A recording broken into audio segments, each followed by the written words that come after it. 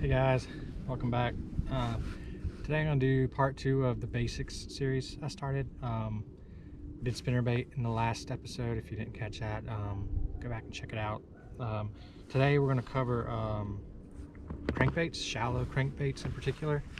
The depth range varies obviously from a foot or less all the way down to 25. Some guys even can get them down 30 feet deep. So the depth, I mean, it matters where you fish them, obviously, kind of how you fish them a little bit, but for the most part, a crankbait, you kind of use the same retrieve throughout the water column. So I'm going to kind of make this generic to any depth of crankbait, but it's mid-December, so there's some fish up against these rocks and stuff right now, so we're going to target that 5 to 10 foot depth range today. It's been getting cold, so we might move out a little bit deeper, but again, this series isn't about really catching fish. I just want to show you the technique and kind of the basics of the crankbait today. So I'm going to switch views for you here so you can see what I'm looking at here, and we'll look at some of the different kinds of crankbaits and pick one out for our applications today. All right guys, I've got 3 boxes here full of crankbaits. I've got a deep diving box, mid diving box, shallow diving box. So crankbaits basically run anywhere in depth from a couple inches all the way down to 20 or 30 feet. So we'll take a look at 2 of those extremes right here. So here you've got a 6 cents. This thing will dive about 25 feet. And on the other end of the spectrum, you have something like this guy here, KVD 2.5, which runs about 2 feet deep, 2.5 feet deep on light line. And you can see the reason they run such different depths is the length of this bill, as well as the angle of that bill. Right, so this guy it's going to have a lot less resistance in the water, so it's going to run a lot shallower versus this guy. This is really good for middle of winter when they're holding on these creek channel edges, or middle of summer they're out there on those deep humps and stuff, ledges. This will get down to them here. There's another one. It's about 20 feet. It's a Spro. You can see the size of that lip there. You also have flat-sided crankbaits versus fat-bodied. You can see the difference in profiles on those. This one is going to have a tighter wobble, where this one has more of a wide wobble. And this is going to be better in warmer water for more active fish. This is better probably for colder water. Tighter wobble, just because the bait fish in the colder water are going to have less movement as well, so it just gives it a more lifelike presentation. Some other things to think about the crankbait. So we talked about the bill length, the length of the bill. You also have to take into account the shape of the bill. This is a square bill crankbait. Again, this is a shallow diving crankbait, another KVD 2.5. Usually your shallow diving crankbaits are going to have a square bill because they deflect off cover better than a round bill. So it's another thing to think about, square bill versus round bill. You also have coffin bills, which are somewhere in the middle there, like this. This is a Fritz side, Berkeley Fritz side. A really good bait to use right now in the wintertime. You can see it's a very flat body crankbait. Look at how skinny that is versus a wider body bait. And then there's your coffin bill on there, just shaped like a coffin.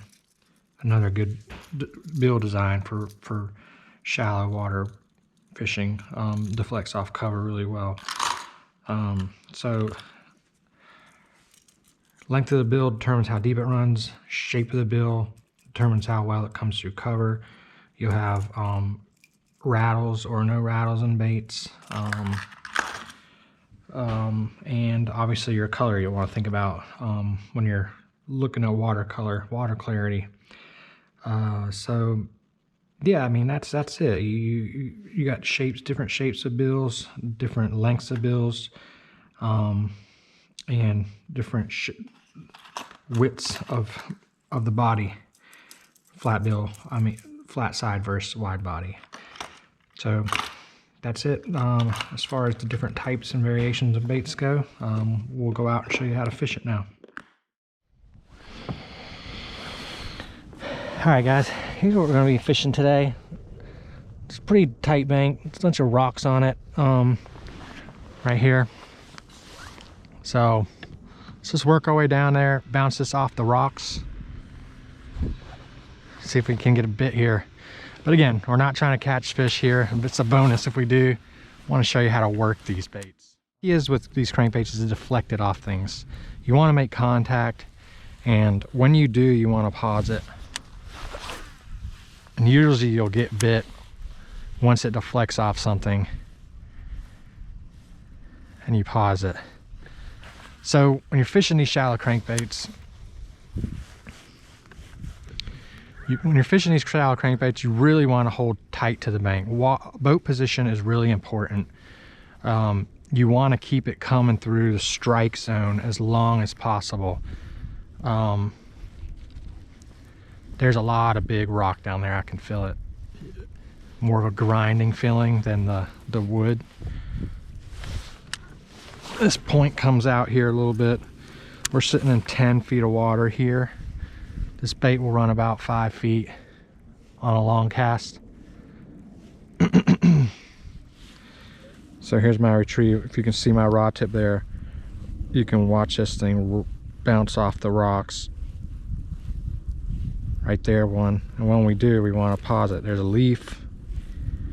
And that's the cool thing about this series of crankbait is it puts off a lot of vibration. So you can really tell if the bait's hung up on something, meaning leaves, something like that, or if a fish bites it, because you lose that vibration, you know something's up. God, there's some nice rocks through here, guys.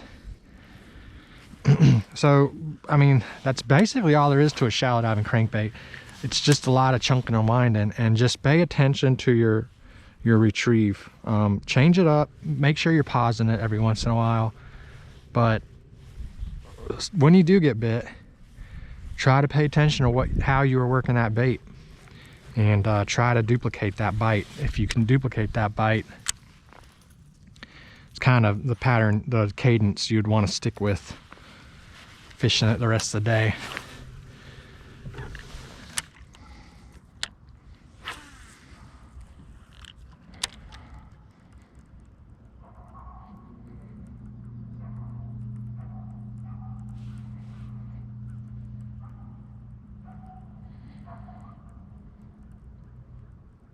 There's one there. Let's see what we got here. A little spotted bass.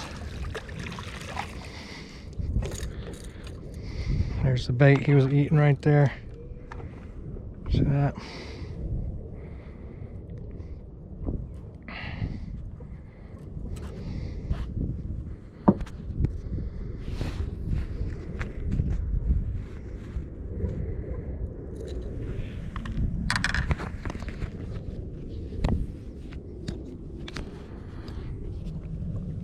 Alright guys,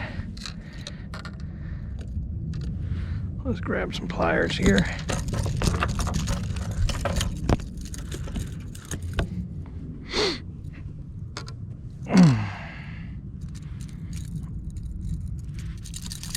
Came right through some rocks there. And there's some shad up here. There's a little guy, little big guy. on a Fritz flat side. So I think they're up here on these rocks here feeding on some shad. See if we can get bit again.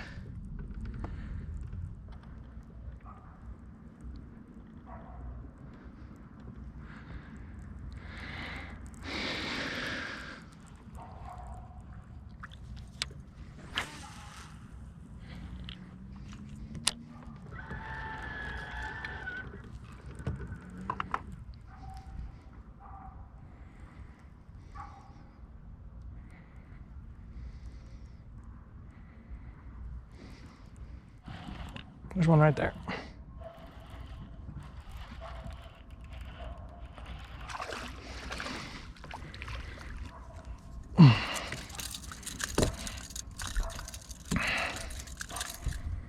Spot locks here.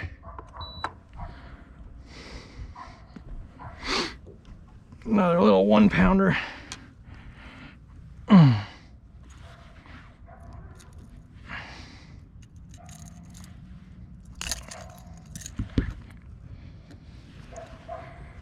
No, not gonna help anything in a tournament, but they're fun to catch.